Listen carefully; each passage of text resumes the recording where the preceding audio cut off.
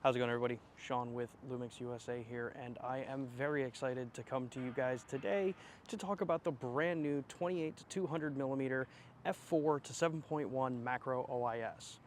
Now, what is so cool about this lens? Why am I this excited about it? Well, it's the fact that this lens is the smallest and lightest of its kind in the full frame category. So what does that mean? It's a 7 times optical zoom lens for your full frame camera, and it is packed with a bunch of really cool things that are going to help both photographers and videographers, whether you are a seasoned professional and you're looking to just get something that lets you not have to lug around a large kit of equipment when you want to go out on a more casual time. But more importantly, for those that are just getting into this kind of category of camera, so interchangeable lens, in this case full frame, it gives you a really solid option for a long field of view or a mega zoom lens that is only marginally larger than our 20 to 60 millimeter kit lens that has come standard with the S5 Mark II and now S5 Mark II X. So let's actually kind of talk about some of the specs here, right? So all the normal outside stuff that you have, it's a 67 millimeter filter thread, so it's the same as what we have on the 100 millimeter macro, the f1.8 series. It's even the same filter thread as what we have on the 20 to 60. It has your typical set of buttons and controls. So you have your AF/MF switch, you have your OIS switch down on the bottom here for turning that on and off. You have a nice well-dampened zoom ring on the front here, and then you have a really nice well-dampened manual focus ring on the front side of it as well. So if you're someone who's going to be doing either video work with it on, say, maybe a gimbal, which we'll talk about in a second, you've got a nice smooth action here for both your zoom and your focus. Gives you some really cool effects if you want to do, say, like the Hitchcock effect for zooming and focusing at the same time. Other really cool features about this lens. This 28 to 200 millimeter f4 to 7.1 macro is also capable of one of the closest focus distances in its category for this as well. So if you're someone who likes to do much closer working for your focus, when you have the lens at 28 millimeter, you're going to be able to have your object 3 centimeters from the front of the element. Now, what does that translate to for those that measure from sensor? It's 14 centimeters from the sensor plane on your camera. Now, on our cameras and all cameras, if you're trying to find where your sensor plane is, it's usually the little line with a circle through it that tells you where your sensor is in the camera, and then you can measure out from there, in this case 14 centimeters, to where your closest focus distance is. Now, I mentioned for videographers that this lens is actually going to be pretty fun to use as well. And while yes, I can already hear some of you saying, well, it's an f4 to 7.1, it's a variable aperture, that's usually not great for video, it actually becomes incredibly fun to use in those situations where, one, you don't want to lug around a whole bunch of extra equipment. You don't want to be carrying around your Pro Series lenses, your larger overall kit. If you just want something where, say, you're going on a family vacation, you're going out on a hike, and you want to just carry an all-in-one, we didn't forget about the video functionality even with a lens like this. What do I mean by that? Well, for one, it's a LUMIX lens, so it's incredibly well controlled for focus breathing optically. We're not doing that through software, it's done optically. Now, you do also have the ability to have this lens for those that are manual focus users. It is also electronically parfocal, which means when I zoom this out to 200 millimeter, set my focus manually, when I zoom back to 200, the motors, the system in this lens is actually keeping it in the right focus plane as I'm zooming. So if you're doing, say, stage work and you don't want to have autofocus running and you have this, say, in back of house, I can zoom in, set focus, and then as I zoom, I know that my focus plane stays where it's supposed to be. On top of that, this lens also deploys what we've been deploying in a lot of our lenses for years, which is a stepless iris. Now, why is that useful? Well, if you're someone who's either letting your aperture control your exposure value, which when you start working in deeper aperture values can actually become a benefit and make things a little bit easier for you, it means that instead of the stair-stepping effect that you see on many lenses from other companies, as your aperture changes and exposes, this lens will seamlessly roll through the iris values to get you a smooth exposure change as you go from light to dark or dark to light. So one of the other really cool things about this lens is that it also has 6.5 stops of image stabilization built into the lens when paired with our dual IS2 system. Now, why does that become useful? Well, because when you're going to be handheld run and gun filming, having stabilization is great for the video side, and for the still side, it's also equally great.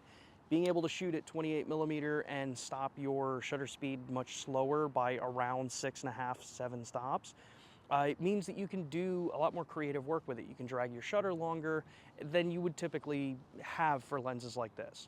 But what really comes in handy is that we test that out at the 200mm range.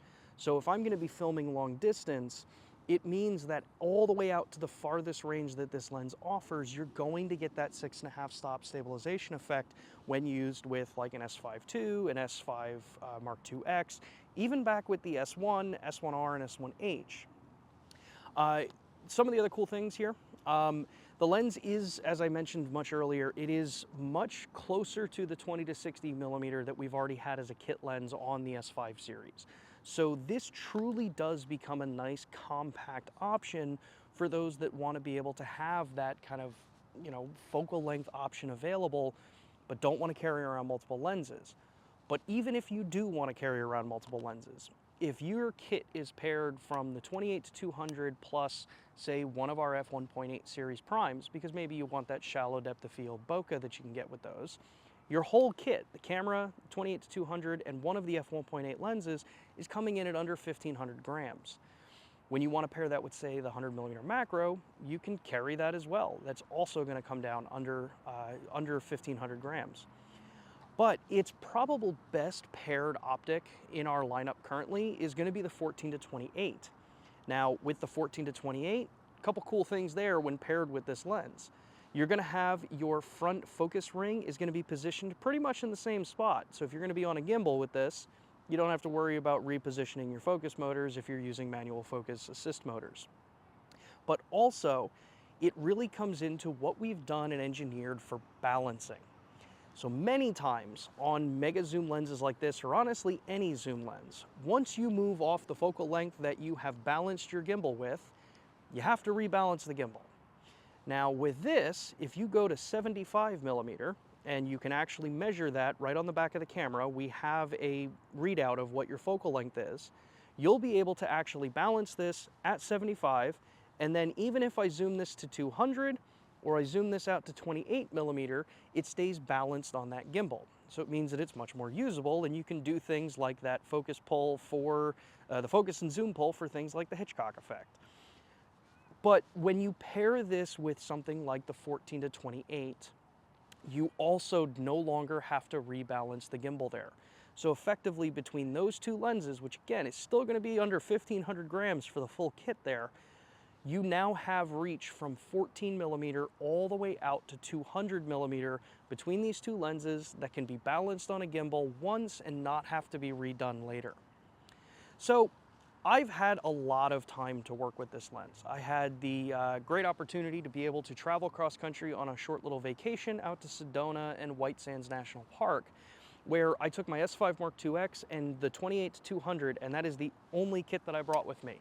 Yes, I have access to every single one of the lenses that we have in the S series and even in the Micro Four Thirds line, but I really wanted to test the concept of this lens, where I know that I'm going to be giving up faster aperture values that you can typically get on, say, like a 24 to 70. But I'm going on vacation. I wanted to have one lens that I can hike through the mountains with, that I can climb through the sands and white sands with, and not have to worry about its durability. And I can tell you this lens performed beautifully. When we get back to the studio, we're going to take a look at some of those images, some handheld high-resolution shot images with the S5 Mark IIX, some just general snapshots of walking around, hiking with my family, and really kind of putting it through the paces, because like I said, I climbed the side of a butte, hung out in White Sands National Park with all the sand there, and really just had a great time with it. So with that, let's jump back to the studio and take a look at some of those images and review the image quality out of this new lens.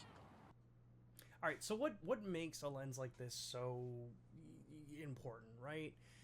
As I mentioned, I took this lens out on a family vacation, which meant that I wasn't in the kind of mindset where I wanted to bring a whole bunch of my kit with me. My family, who is super supportive of photography and videography, understands that I'm usually the one with the camera and everything, but I wanted to make sure that I limited myself to this lens only. So it was this lens and my S5 2X, and this is what I was going to go capture with. And that really, to me, was what solidified why I got so excited about this lens. Being able to go out and hike up the side of a butte, deal with the rain and the mist and the haze that we had during the mornings, and not have to worry about whether or not the lens is going to survive, or, you know, like what a lot of the lesser expensive ones where they tend to not be weather resistant, really meant that I got to play with this lens in its, you know, kind of properly anticipated or built for environment. And I can tell you, at least from my experiences, for what it's worth with all of you, the lens performed phenomenally. Being able to not have to worry about ISO performance anymore these days, being able to know that I can leave it in aperture priority, have a minimum shutter speed set, and then just go and focus on framing, capturing the image, and know that the resolution, the corner-to-corner sharpness, you know, vignetting performance, all are just going to fall in line with what I would expect out of a high-quality Lumix lens, meant that I was free to just actually go create. So a couple little things that I want to talk about here is, one, you know, being able to actually utilize this lens with high-resolution shot mode. So high-resolution shot mode within our cameras, if you've never used it before, is what allows you to be able to stitch images together to get up to a 96 megapixel image from the S5 Mark II, the S5, or the S5 Mark IIX. Other cameras like the S1R, the S1, and the S1H also have high-resolution shot mode, and you can use those with this lens as well. But what that gives you is the ability to have a ton of flexibility in post, especially if you're, say, a landscape photographer and you want to be able to actually go out and get a much higher resolution, but you don't want to carry around a dedicated high-res body. Especially for trips where you may be taking thousands of images, or jobs where you may be taking thousands of photos. If you're able to do high-res only for those situations that you need it, well, then you're ahead of the game, because you've got normal file sizes for everything else, but then you have those high-res images for later. And this is a good example of it. So this is shot at 28mm, ISO 400, and then down at f11. So if you've shot landscapes before, you're typically going to be stopping down because you want to get better detail from the overall image. And what's nice about this is that even if I zoom in, the high-resolution shot mode is what's giving me that ability to actually pick out detail from some of the structures out in the distance. I'm able to get nice detail out onto the structures out in the distance for the mountains or the buttes. And I have a nice big palette to work with for when I want to crop this into my preferred aspect ratio, which is 65:24, which is the kind of X-Pan aspect ratio. So I have more than enough information within the file. The motion correction functionality that we have into the camera works beautifully for scenes like this, where, you know, there's an active parking lot down here, there's an active road that runs through, and it's able to make sure that none of those look, you know, odd because of multi-frames, things like that. Even into the clouds, because it was a relatively windy day there, even the clouds moving at a faster pace, I didn't have to worry about them as far as sharpness goes. But outside of a shot like this, where, you know, you're spending a little more time, you're prepping your shot, you're framing up, there are those moments that come up where it's like, okay, this is a snapshot. This is something where I just want to be able to point the camera, put it at the focus range that or focal range that I need, click the shutter, and I'm good to go, and I'm happy with that. And that's what happened with my pup here. So after we climbed up the side of this butte, I was getting ready to make a photograph of this particular scene here, and then he jumped into this pond, this little puddle piece here, and he just got super excited, and it was like, great. Snap a bunch of pictures and play around with it. And this taught me probably the biggest thing about a lens like this. It's often that we will look at, say, the various aperture values of a lens and say, well, that's too slow, you can't get shallow depth of field out of that. Well, it's one of the biggest things that I think we tell ourselves is an effort to kind of help justify much faster lenses and heavier sizes. But this is shot with the 28-200 at 41mm at f8. And what I want to try to help maybe maybe help someone who's looking into a lens like this, trying to find new information, maybe whether or not this lens is for them or not. If you've never had really fast lenses and you're like trying to get these kinds of shallow depth of field shots, you 100% can, especially with a lens like this. I'm able to go in, zoom in a bit further than maybe I normally would for a particular scene, just frame it right, and I can use compression with the aperture values to help me still get that nice separation. So I can still get this nice clean separation from my dog to the background, and on top of it I'm getting enough depth of field, because I'm shooting at f8 here, that it's not just his face in focus. It is his face, his body, just about to, behind his front shoulders, right to his back legs, so that it has that nice crisp sharpness where it counts and has a nice beautiful fall off. And the cooler part is this lens exhibited very little on the vignetting side, so vignetting is what you'd see up into the corners here, and it still maintained that really nice beautiful sharpness without adding anything extra into the image. The only stuff done to these photos is just making a couple adjustments for the tonality to make them look the way I want them. But then even when you start looking at the kind of poorer condition situations, when it's really misty or when it's really foggy, those moments where, the light just hits perfect and it's like, that's the exact situation that I want a photo in. Having a mega zoom like this or an ultra zoom like this gives you that ability to go through and start reframing some of these different shots, playing around with it, where a 24-70 may be a little too limiting, or a 20-60 may be a little too limiting.